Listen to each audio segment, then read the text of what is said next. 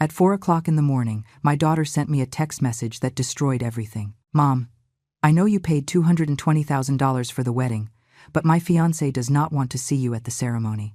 I read those words in the darkness of my bedroom and felt the air leave my lungs. $220,000. 9 months of my life organizing every single detail. And now, less than 12 hours before the ceremony was set to begin, they were kicking me out like I was trash. My hands trembled over the phone. I could have screamed, I could have cried, I could have begged, but I wrote just 2 words, "All right." And in that precise instant, at 7 minutes past 4, on that cold morning, I made a decision that would change everything. That night, I decided I had had enough, and then I made my final move. No one in this world was prepared for what happened next.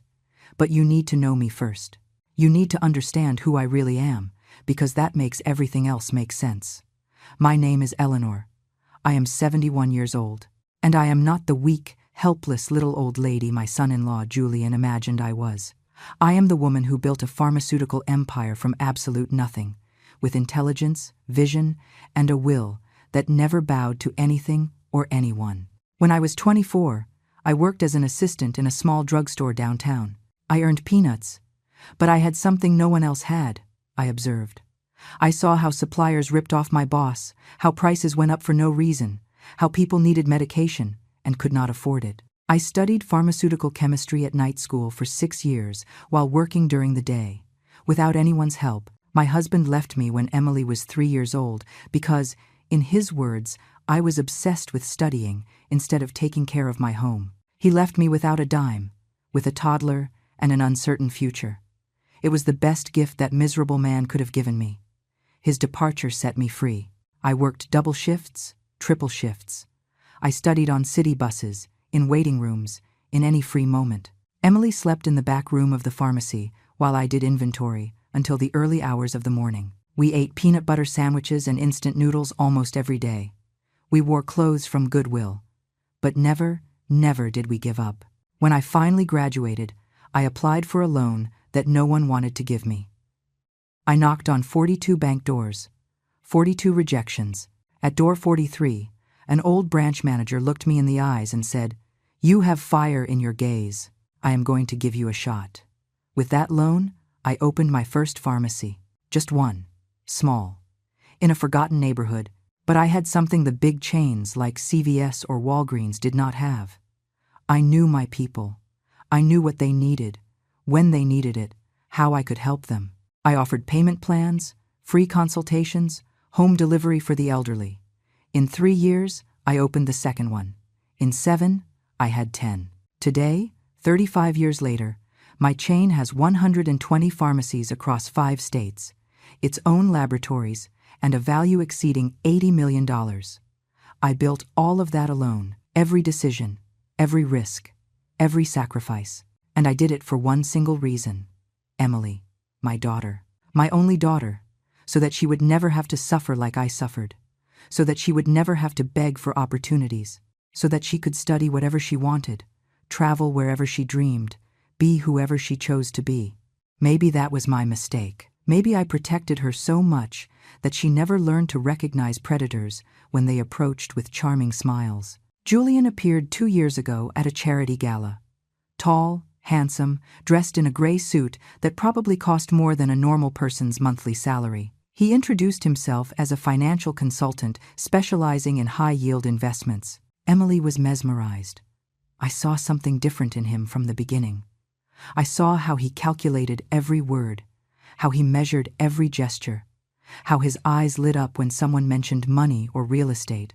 But my daughter was in love, and I kept quiet, because after so many years of seeing her focused only on her career as an architect, I finally saw her shine for someone. When Julian asked me for Emily's hand, he looked at me with those honey-colored eyes and told me, "Eleanor, I promise to take care of your daughter like the greatest treasure of my life." I held his gaze and warned him, "Julian, my daughter is everything to me. If you ever hurt her, you will discover that there is not enough distance on this planet to escape me." He smiled as if I were just an overprotective mother making a tender scene. Now I know I should have trusted that instinct. The wedding. That damn wedding. Emily wanted a fairy tale, something that would be etched in everyone's memory forever.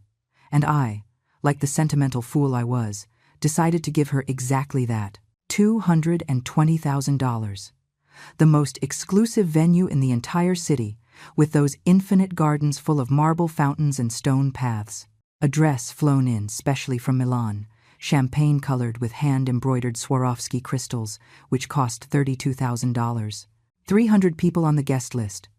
A live symphony orchestra for the ceremony. An international band for the reception.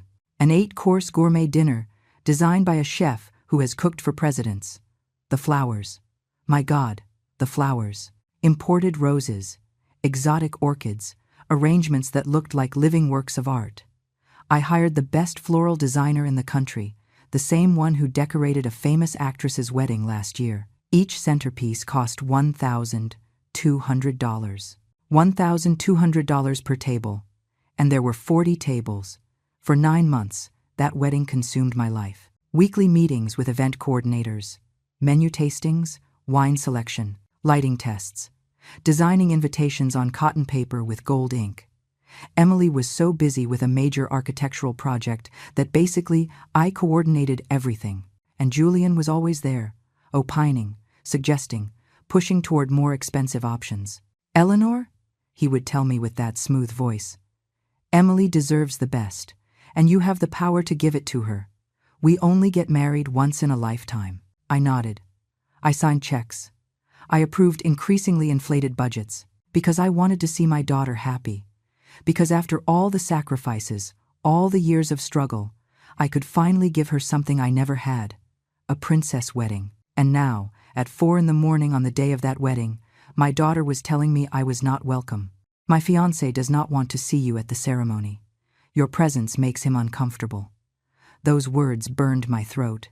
I, who had paid for every last pin, who had chosen every detail, who had bent over backward to make that day perfect, was now a hindrance, a nuisance, something to be hidden. I sat on my bed, watching the shadows the streetlights cast on my ceiling.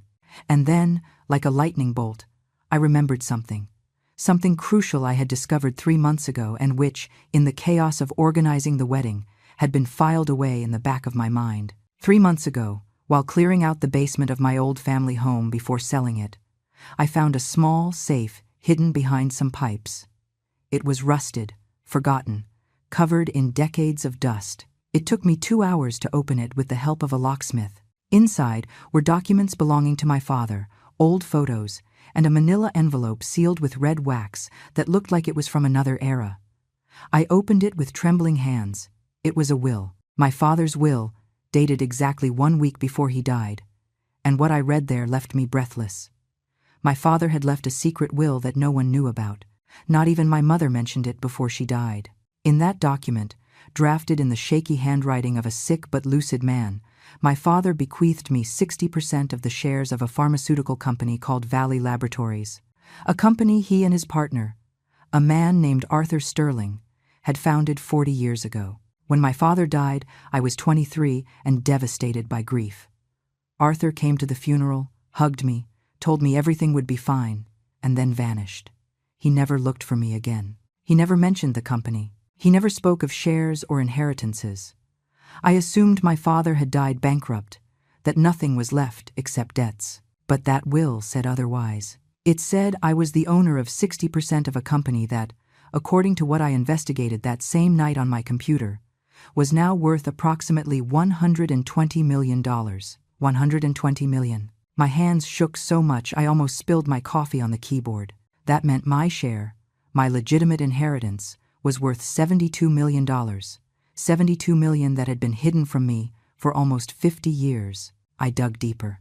Valley Laboratories had become one of the largest producers of generic drugs in the country.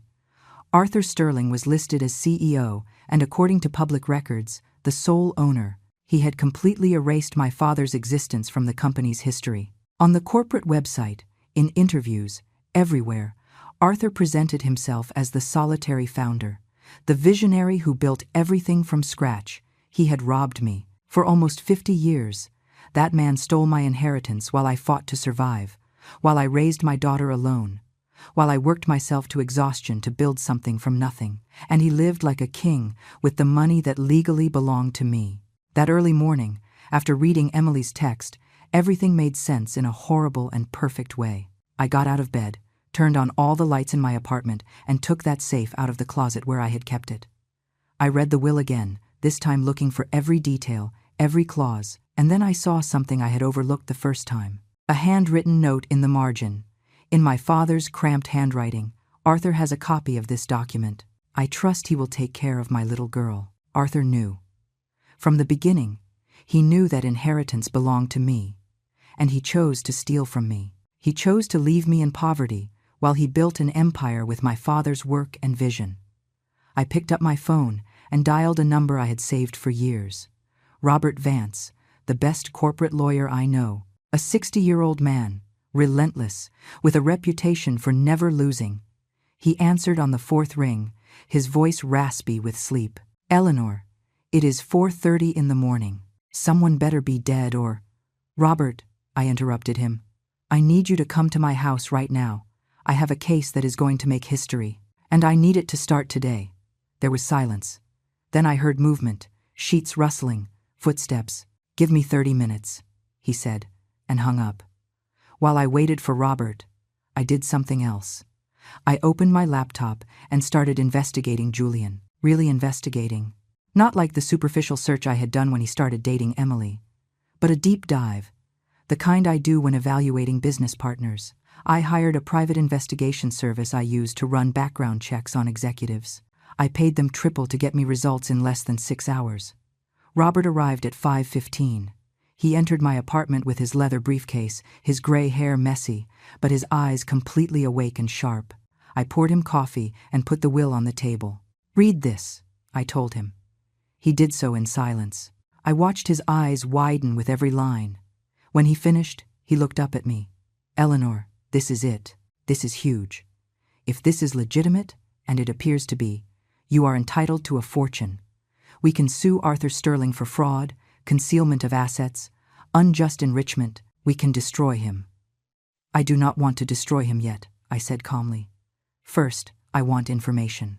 I want to know exactly what he did, how he did it, and who else is involved. And I want this kept absolute secret until I decide to make a move." Robert nodded slowly. "He knows how I work. He knows my patience. How much time do I have?" he asked. 1 week. Maybe 2. But there is something else. I took a deep breath. Today is my daughter's wedding. I have just been kicked out of my own wedding, the wedding I paid for. And I have a suspicion that my son-in-law knows something about this inheritance. I need you to investigate the connection between Julian and Arthur Sterling. I need to know if there is anything linking them." Robert stared at me. "Do you think your son-in-law approached your daughter for the money?" "I do not think so, Robert. I know so. I feel it in my bones. But I need proof." We stayed working until 7 in the morning. Robert made calls, sent encrypted emails, activated his network of contacts. I made more coffee and organized all the documents I had. The will, my father's company papers, old bank records, everything. At 7:30, my phone rang. It was the private investigator. "Mrs. Eleanor, I have preliminary information on Julian Sanders, and believe me, you are going to want to hear this sitting down." I sat down. "Julian has gambling debts of $180,000 with 3 different casinos. He has been dodging debt collectors for 8 months. Furthermore, we found that he applied for 2 fraudulent loans using false financial information. One of those loans was applied for in the name of his fiancé, Emily, without her knowledge. He forged her signature on the documents." I felt the blood turn to ice in my veins. "What else?"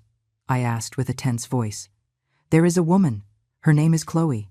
They have been in a relationship for at least a year. I have photos of them together in hotels, restaurants, trips. She believes Julian is going to leave Emily after the wedding. I have messages between them.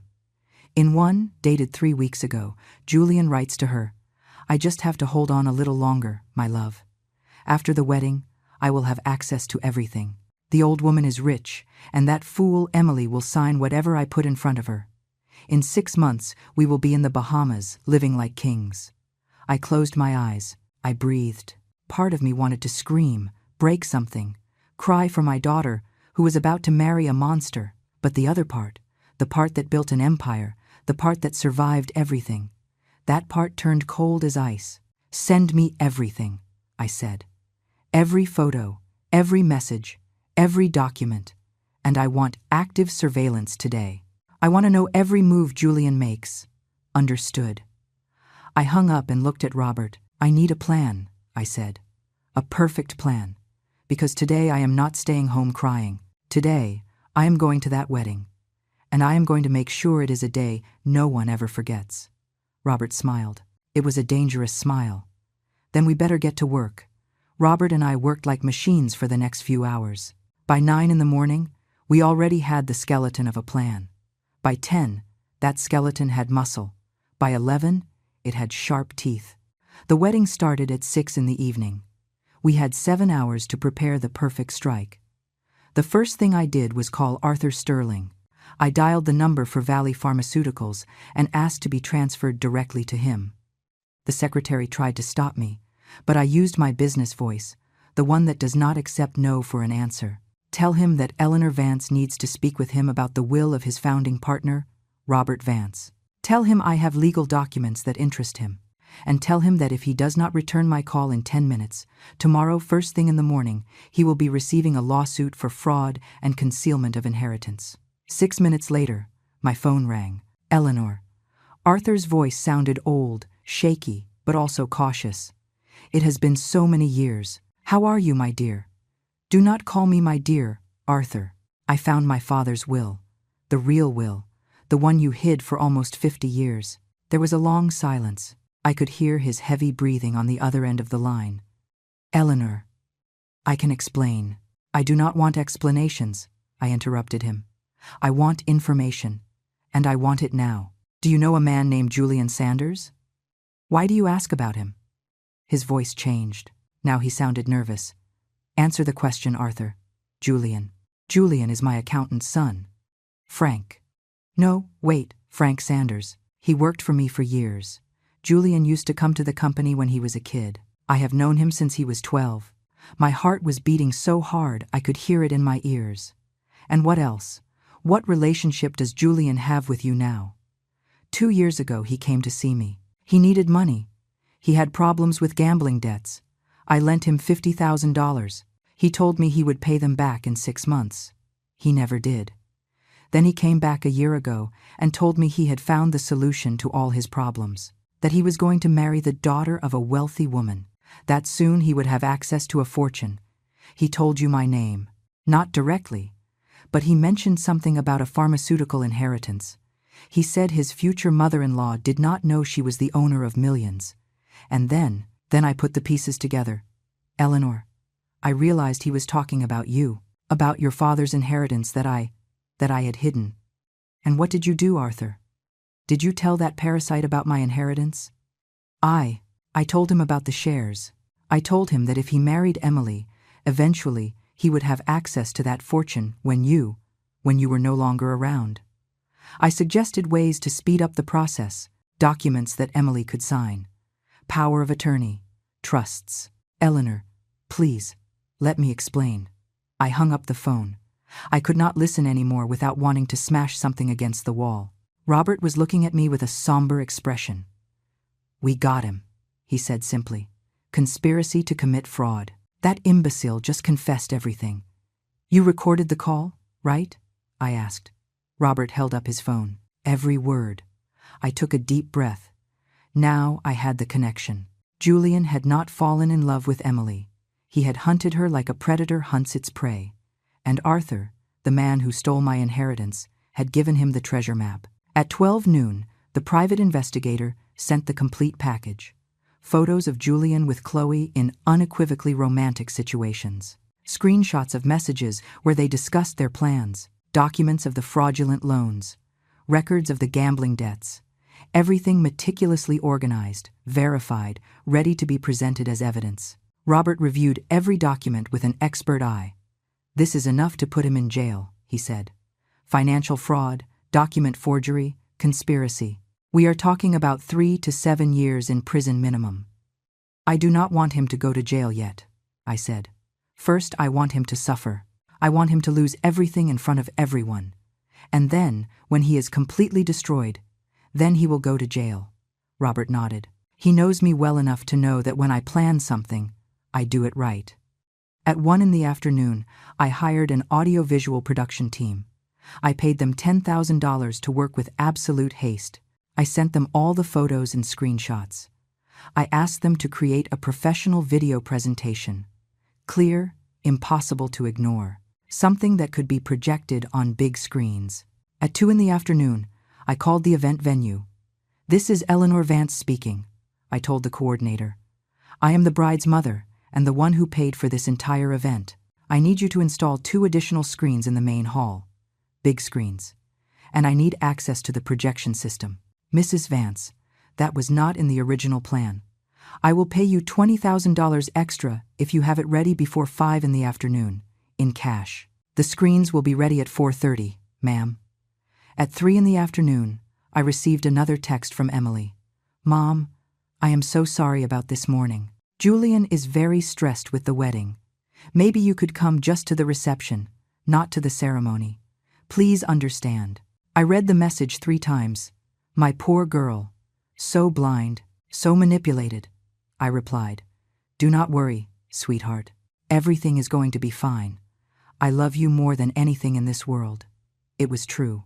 I loved her so much that I was willing to destroy her wedding to save her from a monster. At 4 p.m, Robert arrived with 3 more people. A notary public, a fraud squad officer who owed him a favor, and an elegant woman in her 50s with a leather briefcase. "Eleanor," Robert said, "this is Sarah Jenkins, divorce lawyer, specialist in emergency annulments. If Emily decides to get out of this today, Sarah can start the process immediately."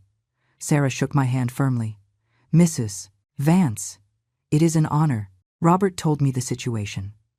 "I want you to know that I am here to protect your daughter. If she signs the annulment papers today, before consummating the marriage, we can undo it as if it never existed." "And what about the power of attorney documents that Julian will probably make her sign on the honeymoon?" I asked. "Void. Everything will be void. That man will not touch a cent of your family's money." At 5 p.m, I took a bath. I put on an elegant wine-red dress I bought years ago for a gala. I fixed my hair. I applied my makeup carefully.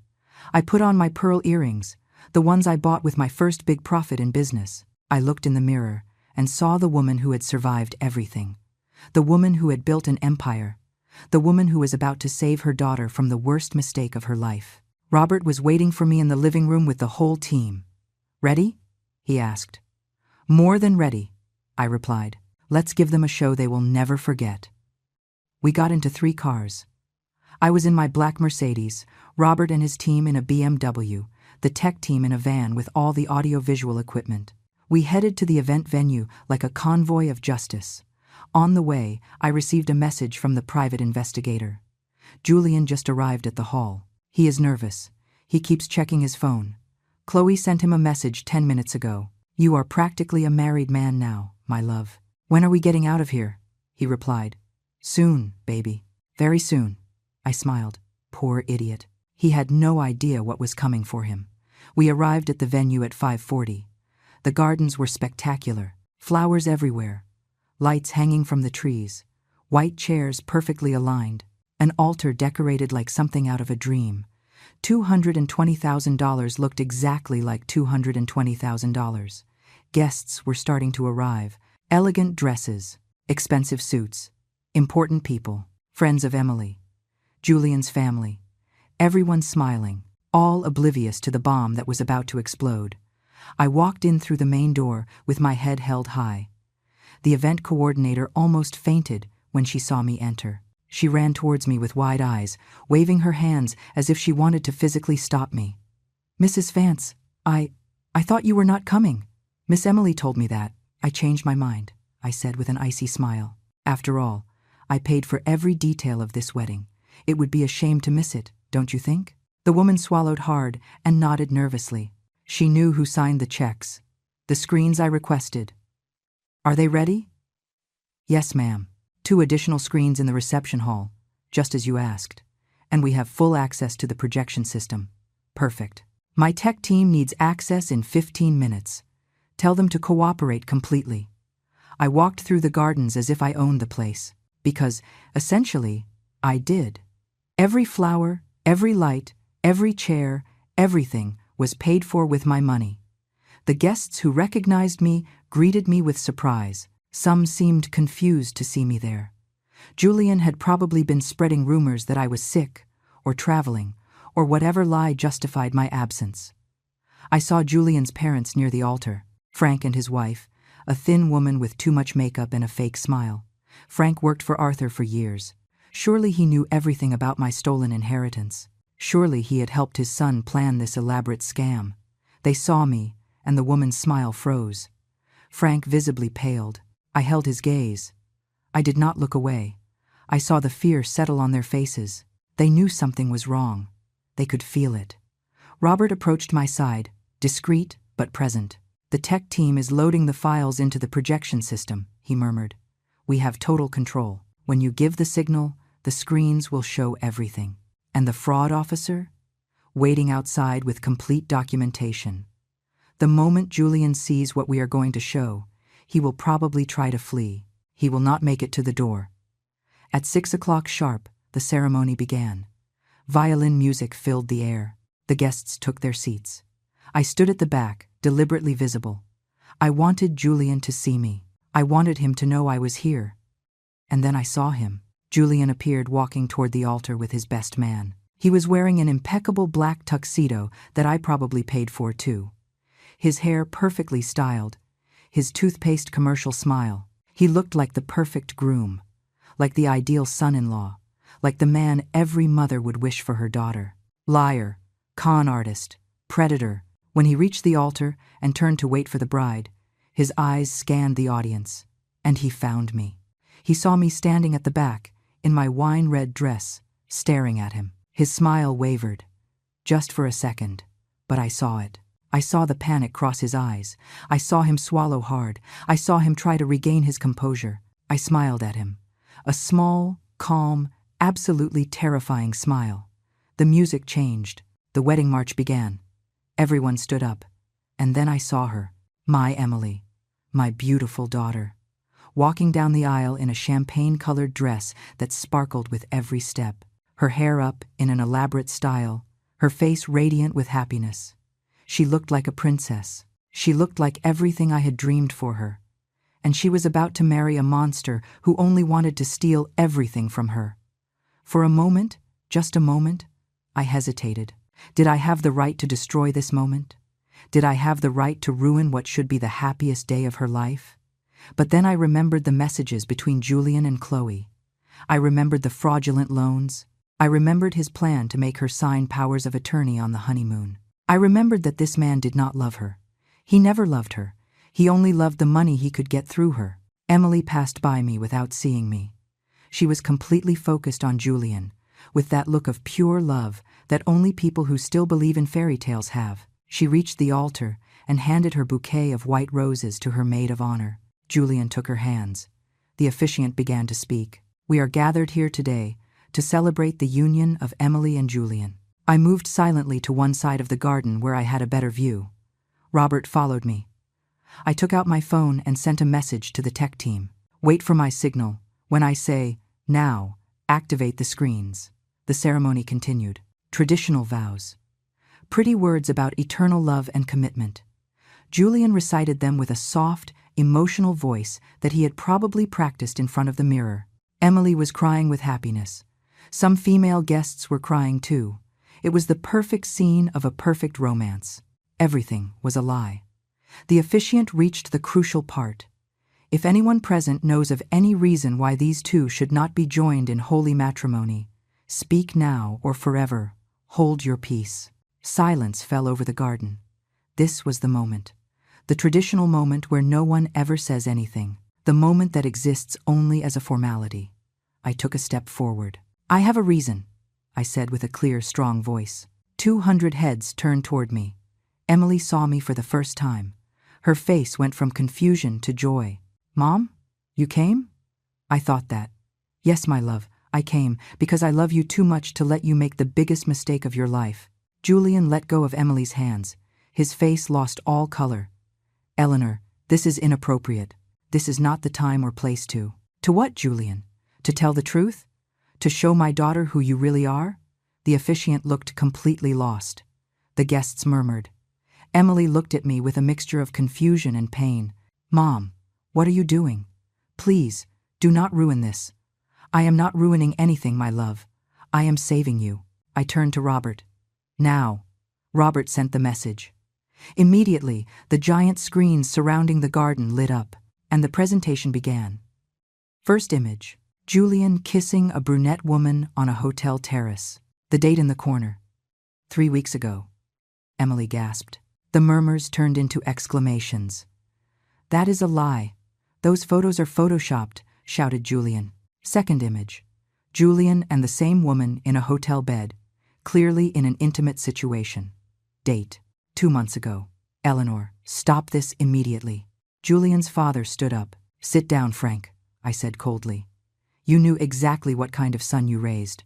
Third image. Screenshot of a text message. The words projected so large that no one could ignore them. I just have to hold on a little longer, my love. After the wedding, I will have access to everything. The old woman is rich, and that fool Emily will sign whatever I put in front of her. In 6 months, we will be in the Bahamas, living like kings. The silence that followed was absolute. Emily stumbled. Her maid of honor had to hold her up. No, it cannot be true, whispered Emily. All of this is a farce, shouted Julian. Eleanor is inventing everything because she is jealous of our happiness. Fourth image. Loan documents. Emily's signature on applications she had never seen. Clear, evident, criminal forgeries. These loans, I said, raising my voice so everyone could hear, were applied for in your name, Emily. Without your knowledge or consent, Julian forged your signature. He obtained $200,000 using your identity. That is a federal crime. Fifth image. Gambling debt records. Casino Royal, $120,000. Golden Palace, $35,000. Diamond Club, $25,000. Your future husband, I continued, owes $180,000 to casinos. He has creditors looking for him, and he planned to use your money, our family money, to pay his compulsive gambling debts. Julian tried to walk toward the screens, as if he could physically turn them off. Stop this. You have no right. Robert stepped in his path with 2 security officers he had hired specifically for this moment. I have every right, I said, because I paid for this wedding. Every penny. And because I have something else to show. Sixth image. An audio recording converted into a waveform visual on the screens. I pressed play on my phone. Arthur Sterling's voice filled the garden through the speakers. Julian came to see me a year ago and told me he had found the solution to all his problems, that he was going to marry the daughter of a wealthy woman, that soon he would have access to a fortune. I told him about Eleanor's shares. I told him that if he married Emily, eventually he would have access to that fortune. I suggested ways to speed up the process, documents that Emily could sign, power of attorney, trusts. The garden erupted in chaos, screams, gasps, people standing up. Julian's mother covered her mouth with her hands. His father tried to run out, but security officers stopped him. Emily fell to her knees. Her $32,000 dress crumpled against the grass. She was crying in a way that broke my heart. I ran toward her, but Julian got there first. Emily, my love, listen to me. None of this is true. Your mother is lying because she never approved of our marriage. She is making it up. Do not touch her, I screamed. Do not you dare touch my daughter with your dirty hands. Robert appeared at my side with more documents. Mr. Sanders, he said with an official voice, I have here arrest warrants for financial fraud, document forgery, and conspiracy to commit fraud. I also have a temporary restraining order prohibiting you from approaching Emily Vance or any member of her family. Julian backed away. His face went from panic to pure rage. You cannot do this to me. I love Emily. This is all a misunderstanding. A misunderstanding. A female voice cut through the air. We all turned. A brunette woman in a tight red dress walked between the rows of chairs. I recognized her immediately from the photos. Chloe. "A misunderstanding, Julian," she repeated. "Like when you promised me we would be together after today?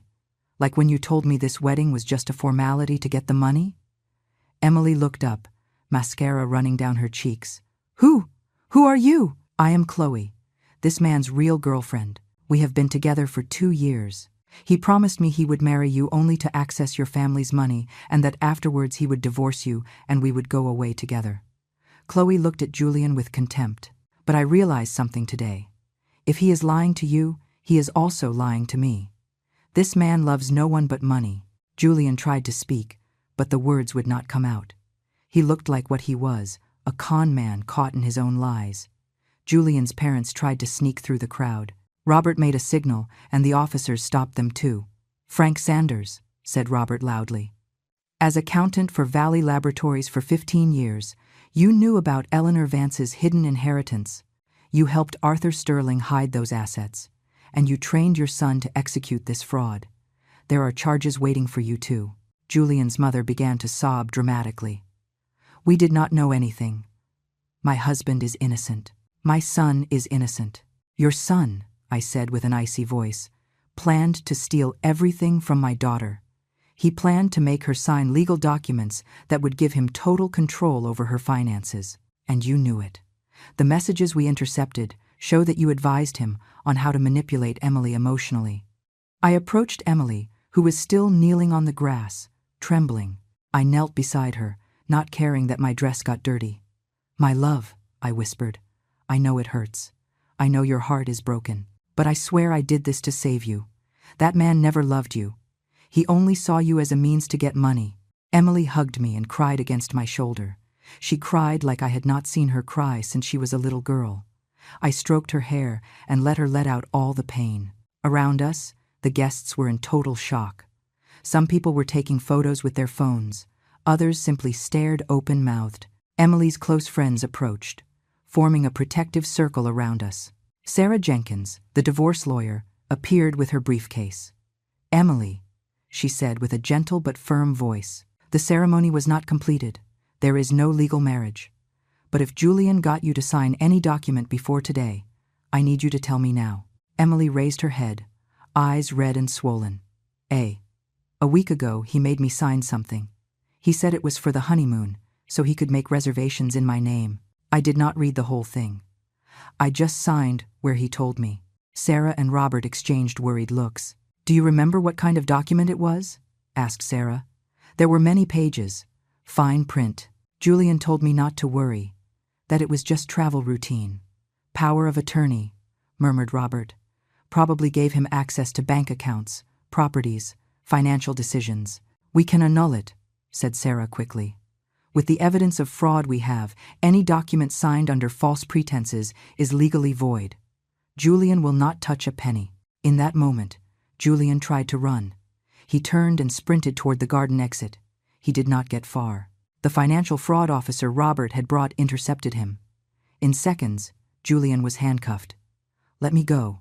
This is illegal. You cannot arrest me at my own wedding."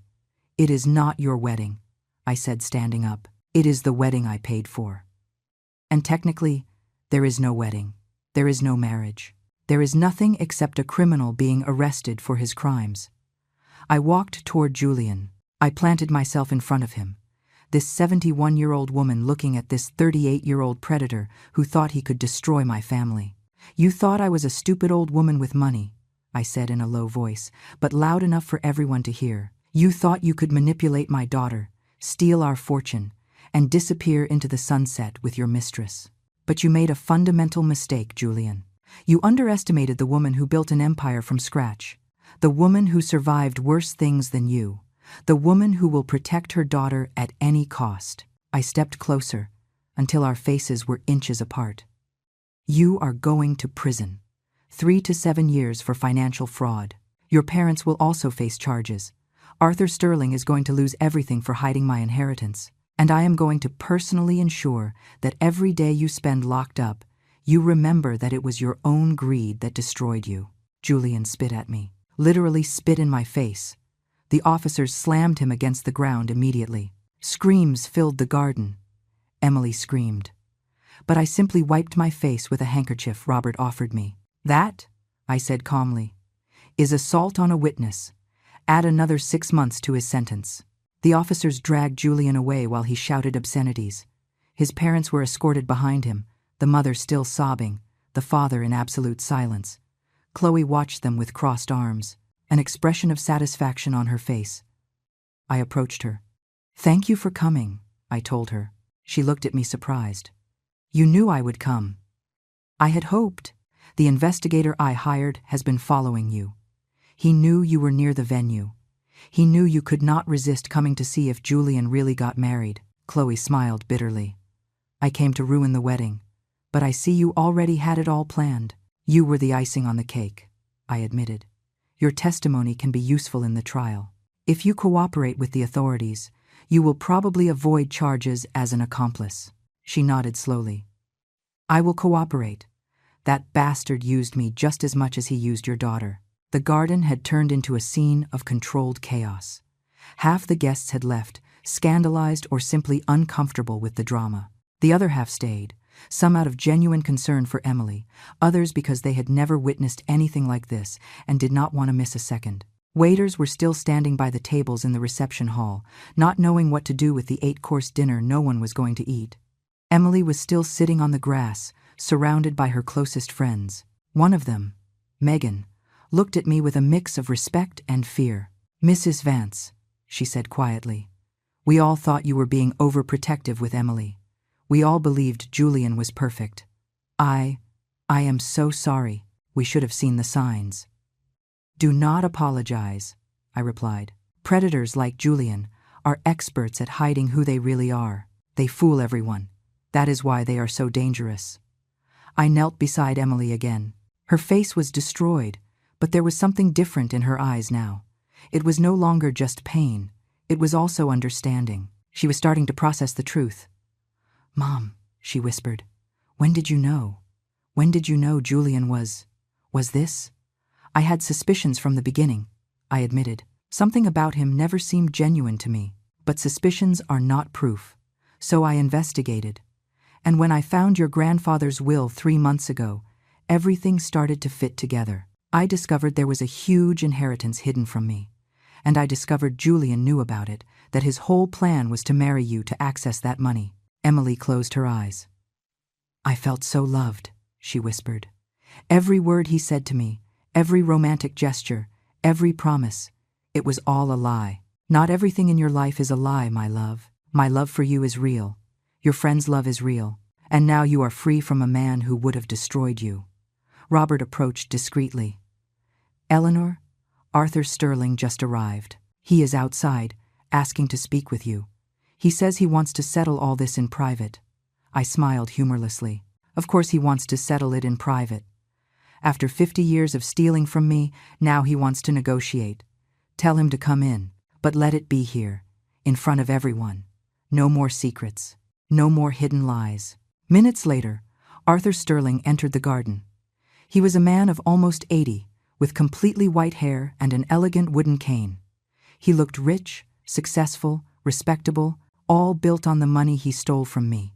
The remaining guests recognized him. Arthur Sterling was famous in the pharmaceutical world.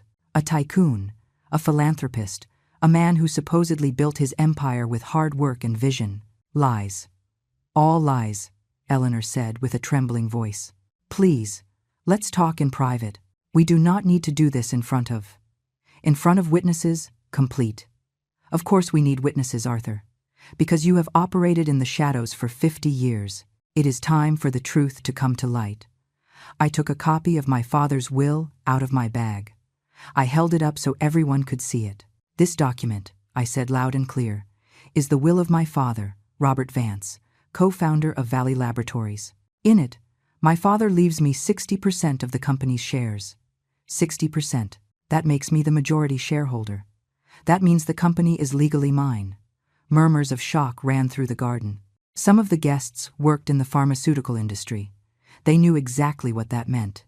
"Valley Laboratories," I continued, "is worth approximately $120 million. My 60% equals $72 million. $72 million that this man hid from me for almost 50 years while I fought to survive. While I raised my daughter alone. While I built my own business from scratch. Arthur staggered. He leaned heavily on his cane. Eleanor, I can explain.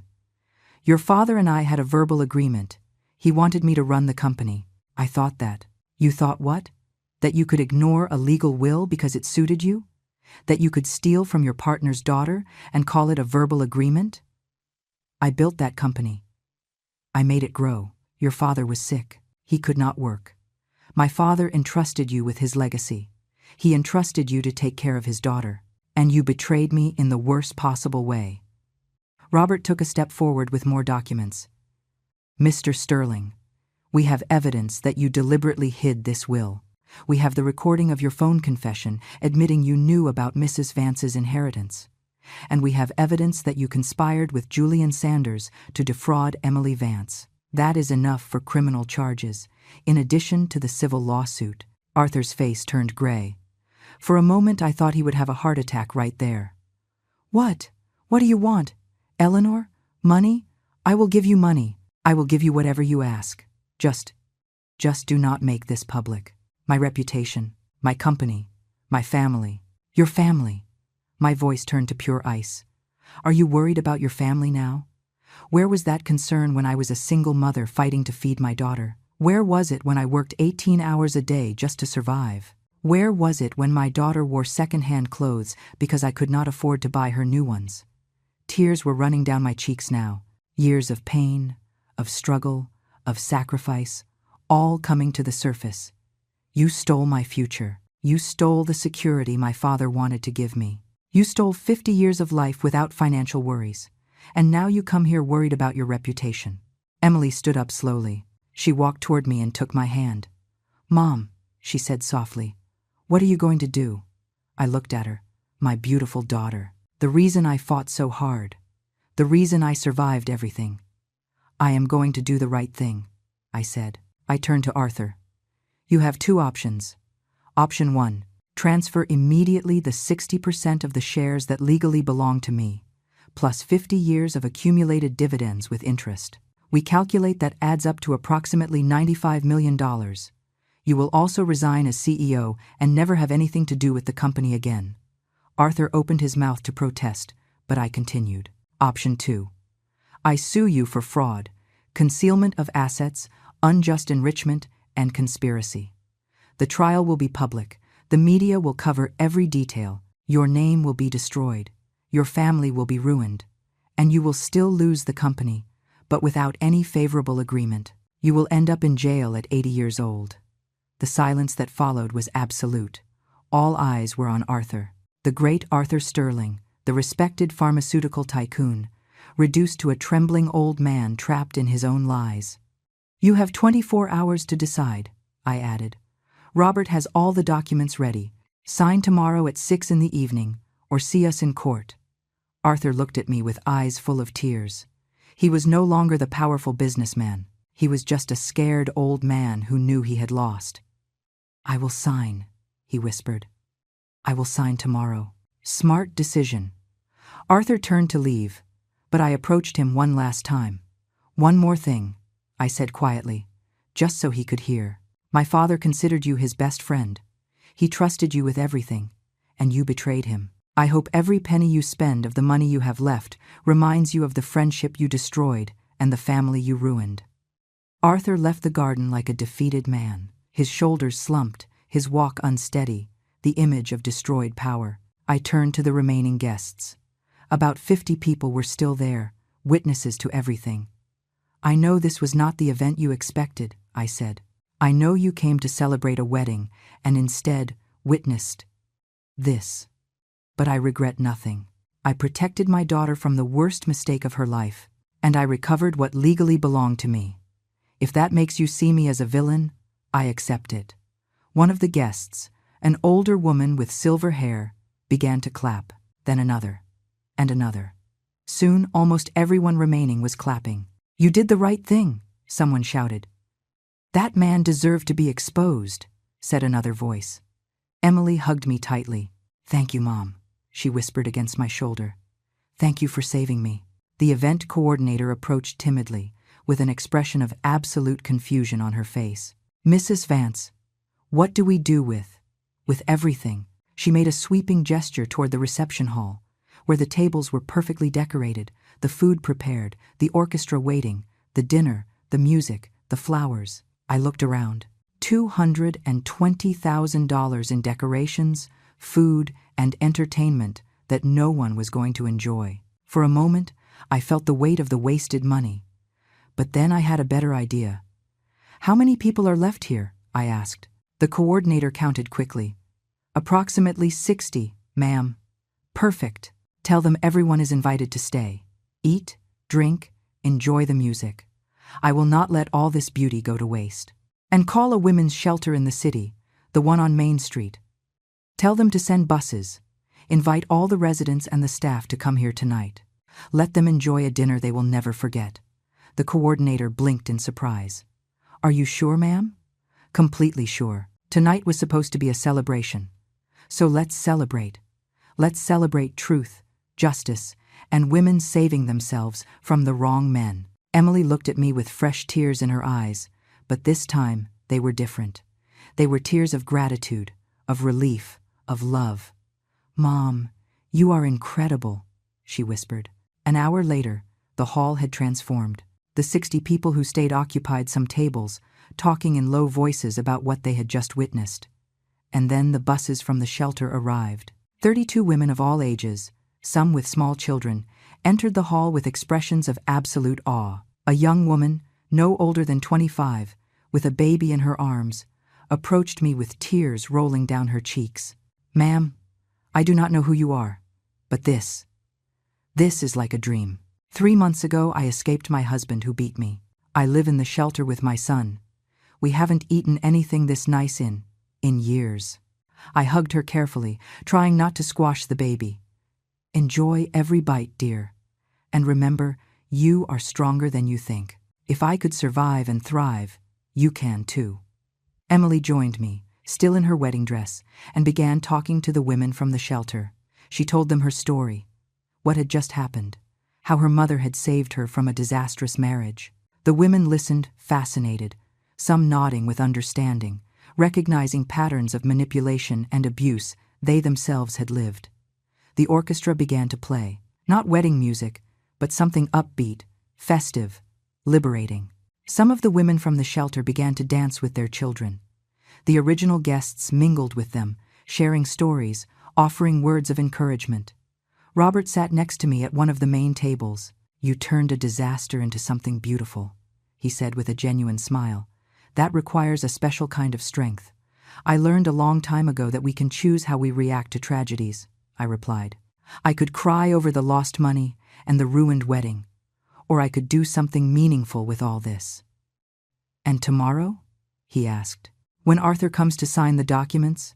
Tomorrow I take back what belongs to me, and then I decide what to do with that company. Maybe I sell it, maybe I keep it and use it to do something good. I do not know yet. But for the first time in 50 years, the choice will be mine." The night continued with a strange but beautiful energy. The shelter director, a woman in her 50s with short hair and kind eyes, approached me near 10 at night. "Mrs. Vance, I want to thank you personally. Many of these women have lived very hard lives. Tonight, even if just for a few hours, they feel like princesses. You are giving them hope." "What does the shelter need?" I asked directly. "Money? Resources? Space?" She seemed surprised by the direct question. "All of the above. Honestly, we are always at capacity. We have to turn away women because we do not have space. We need renovations, more staff, job training programs. Send me a detailed budget tomorrow," I said. "I am about to receive a considerable inheritance. I would like to use part of it to expand the shelter. Consider this the beginning of a long-term partnership." The woman was speechless for a moment, then hugged me tightly. Emily watched everything from another table, surrounded by her friends. Megan had brought her a plate of food she had barely touched. The maid of honor had taken off her veil and the elaborate headpiece, leaving her hair loose. She looked younger that way, more vulnerable, but also freer. I approached her. "How are you feeling, sweetheart?" Emily looked at her plate. Then she looked at me. I feel like I woke up from a nightmare, like the last 2 years were. I don't know, like I was under a spell or something. How did I not see the signs? Mom? How was I so blind? Because he was good at what he did. Manipulators are experts at making their victims feel special, loved, unique. He subtly isolated you from me, right? Making you feel like I was overprotective, that I did not understand his love. Emily nodded slowly. He told me you would never approve of anyone because no one would be good enough for your daughter. He made me feel like I had to choose between him and you. And I chose wrong. You did not choose wrong, my love. You were manipulated. There is a difference. And now you are free, Megan intervened gently. Emily, we all fell under his charm too. Julian convinced us he was perfect, that you two were the ideal couple. Even when your mom expressed doubts, we thought it was just maternal paranoia. Another friend added, now that I see everything in hindsight, there were signs, like when Julian always insisted on the most expensive places to go out, or how he always mentioned your mom's business, or how he got annoyed when you could not lend him money. Emily closed her eyes. He asked to borrow $15,000 last month. He said it was for a temporary business expense and would pay me back in 2 weeks. He never paid it back. I took out my phone and made a mental note to add that to the list of charges. Every detail matters for the legal case, I said. Everything you remember, however small it seems, tell me. Over the next hour, Emily and her friends recalled dozens of little red flags, lies about where he was, sudden mood swings, calls he had to take in private, business trips that never seemed to result in anything concrete. Every story was another piece of the puzzle showing who Julian really was. Near midnight, most of the women from the shelter had left, happy and full, with leftovers packed by the waiters. The original guests had also departed. Only Emily, her closest friends, Robert, Sarah, the lawyer, and I remained. Sarah opened her briefcase and took out documents. Emily, I need you to sign these papers tonight. They are affidavits confirming you never intended to give Julian power of attorney over your finances, that any document you signed was under false pretenses. This will help us legally annul anything he made you sign. Emily signed without hesitation, her hand trembling slightly. Do I have to see him again? She asked quietly. In court, probably, admitted Sarah. But you will not be alone. Your mother will be there. I will be there. And he will be handcuffed in a prison jumpsuit, facing years behind bars. You will have all the power, Robert added. Julian will probably try to cut a deal with the prosecution, admit guilt to lesser charges in exchange for a reduced sentence. It is what all cowards do when they realize they cannot win. I do not want him to get off easy, said Emily with a stronger voice than she had sounded in hours. I want him to face the full consequences of what he did. I smiled. There was my daughter, the strength she inherited from me, finally coming to the surface. Then we will make sure that happens, I promised. At 1 a.m, we finally arrived at my apartment. Emily came with me, still in her wrinkled wedding dress. I did not want her to be alone that night. Robert had accompanied us to make sure we arrived safely, and now he was saying goodbye at the door. Tomorrow at 6 sharp, he reminded me. Arthur will sign the share transfer documents in my office. I want you to be there to see it with your own eyes. I will be there, I promised. Once inside, I helped Emily take off that $32,000 dress she would never wear again. We hung it in the closet like a ghostly reminder of what could have been. I gave her one of my soft robes and made chamomile tea in the kitchen. We sat on the living room sofa, with the city lights blinking through the 16th floor windows.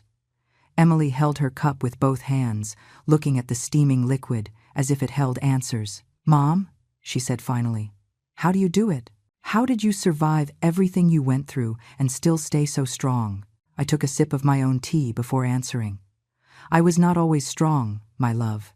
There were nights I cried myself to sleep. There were days I wanted to give up, but I had a reason to keep going.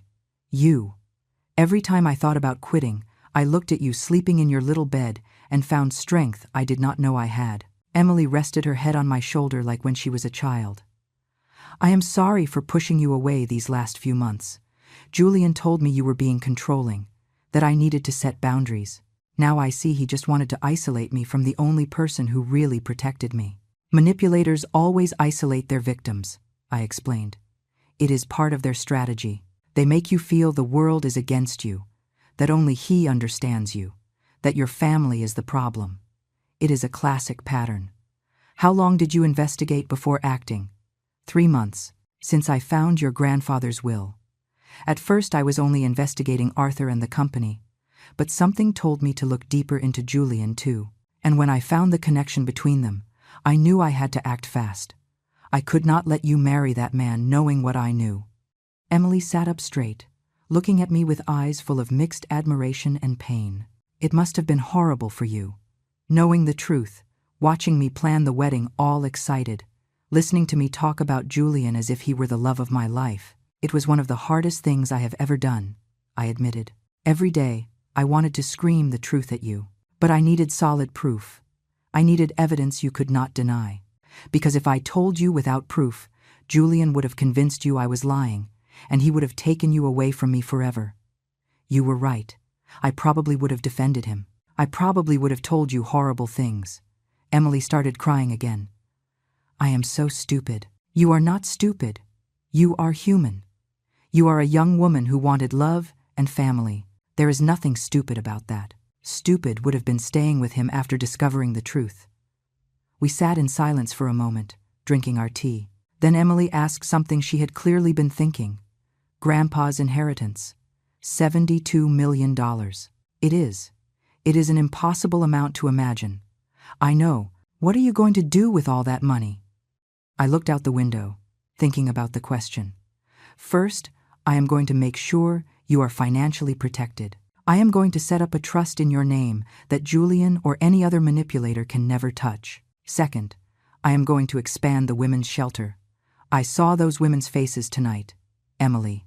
I saw hope where before there was only despair. I want to create more of that. Third, I am going to use part of the money to create job training programs for women leaving abusive situations, so they never have to depend on a man to survive. Emily smiled through her tears. That sounds perfect. Very you. And you? I asked. What are you going to do now? You had honeymoon plans, plans to move in with Julian, life plans? Emily looked at her hands. I need time. I need to process all this, maybe travel alone for a while, rediscover who I am without someone influencing me, and definitely need therapy. Lots of therapy.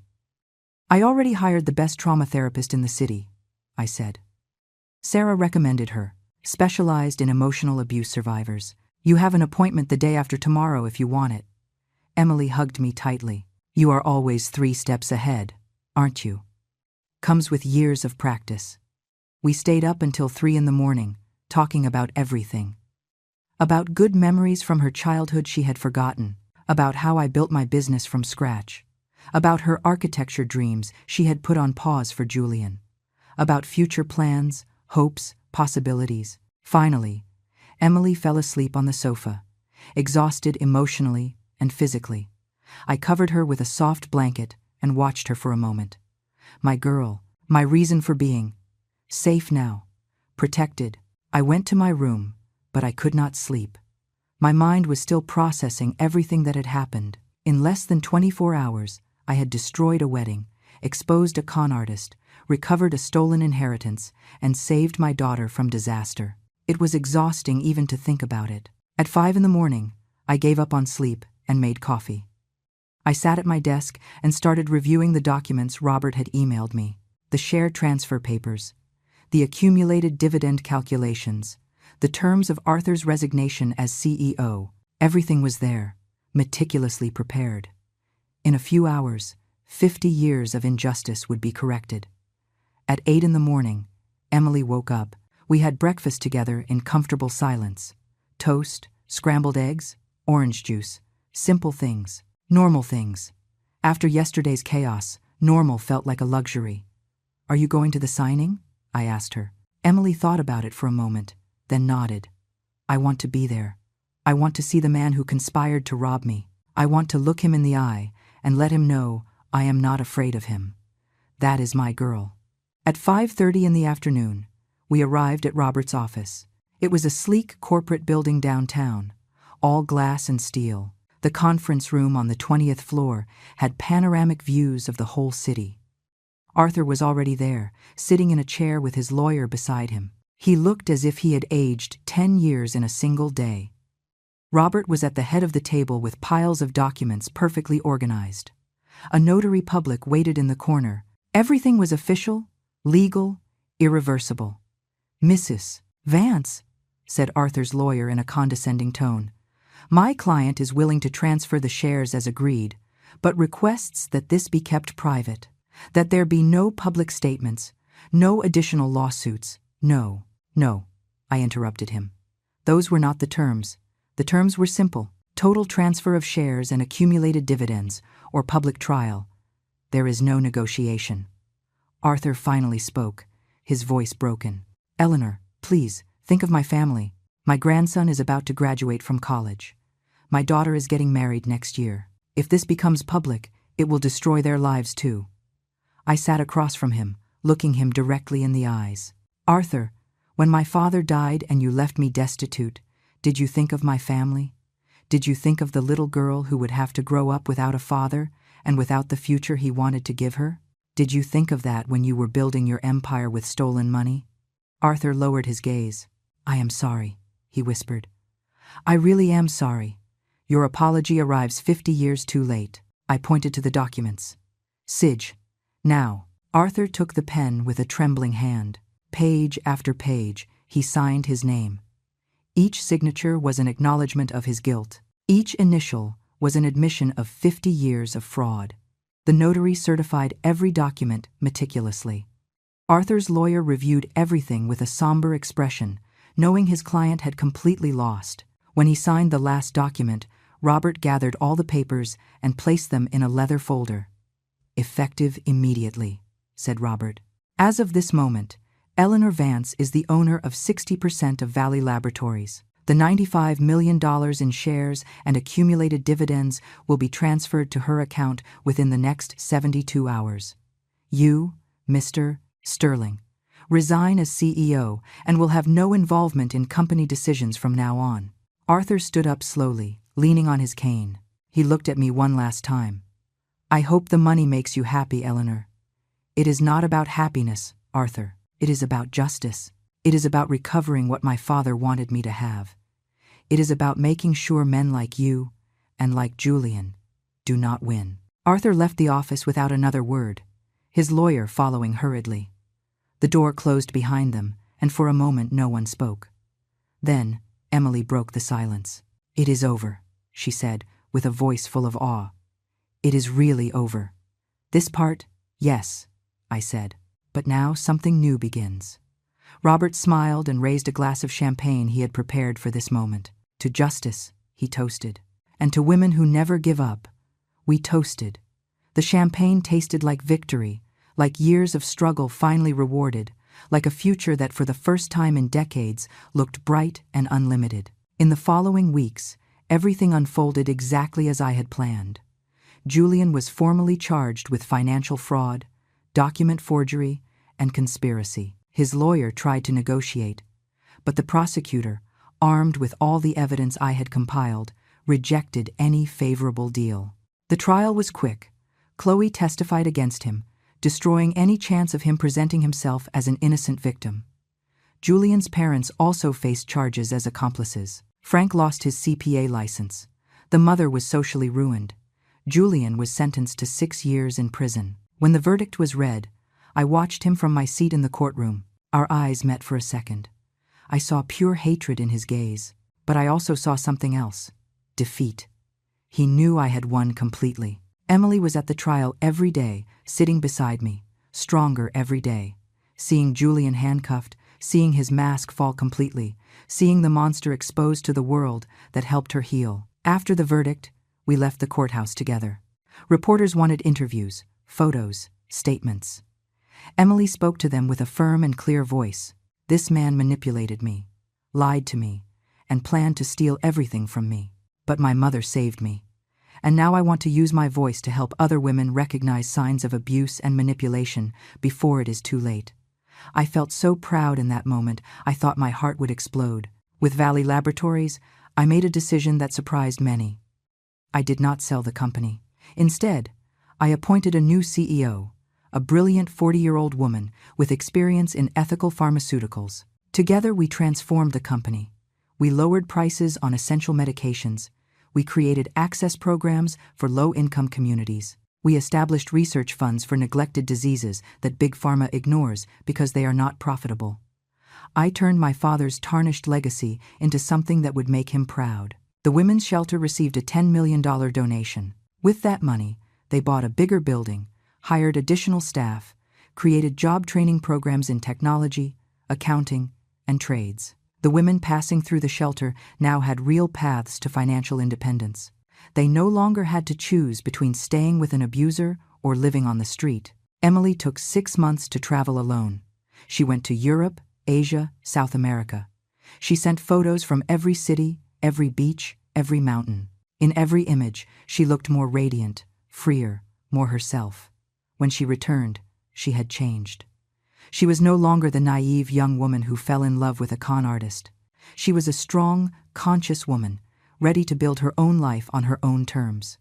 She resumed her architecture career with renewed passion. Her first major project was designing the expansion of the women's shelter. She created spaces that were safe, but also beautiful, functional, yet hopeful. She won awards for that design. And more importantly, she gained confidence in herself. 1 year after the wedding that never happened, Emily and I were having dinner in my apartment. We had established a tradition of having dinner together every Sunday. Nothing elaborate. Just the two of us, home-cooked food, honest conversation. "Mom," said Emily while cutting her chicken, "there is something I want to tell you." "What is it, sweetheart?" "I met someone." My heart stopped for a second. All the protective mother fears returned instantly. "Relax," said Emily, laughing, seeing my expression. "I learned my lesson. I investigated him completely before even accepting a second date." "I know you probably investigated him too." I laughed. "Caught. Just a little. Caleb Mendez, 32 years old, architect like you. No debt, no criminal record, volunteers at a soup kitchen on Saturdays. Seems decent. More than decent, Mom. He is genuine. He is kind without any hidden agenda. He does not care about my money, because he has his own. And when I told him the whole story about Julian, he did not get scared. He got angry for me. He wanted to protect me." "Do you love him?" I asked. Emily thought about it carefully before answering. "It is still early for that word.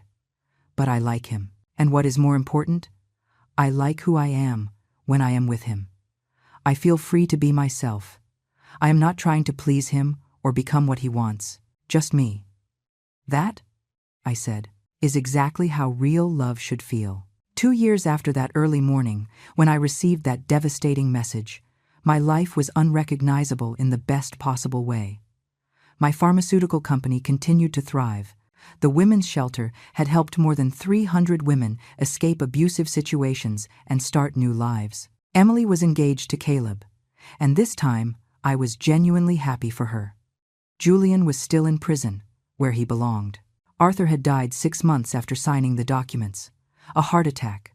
Some said it was the shame that killed him. I felt nothing when I heard about his death. Neither satisfaction nor sadness.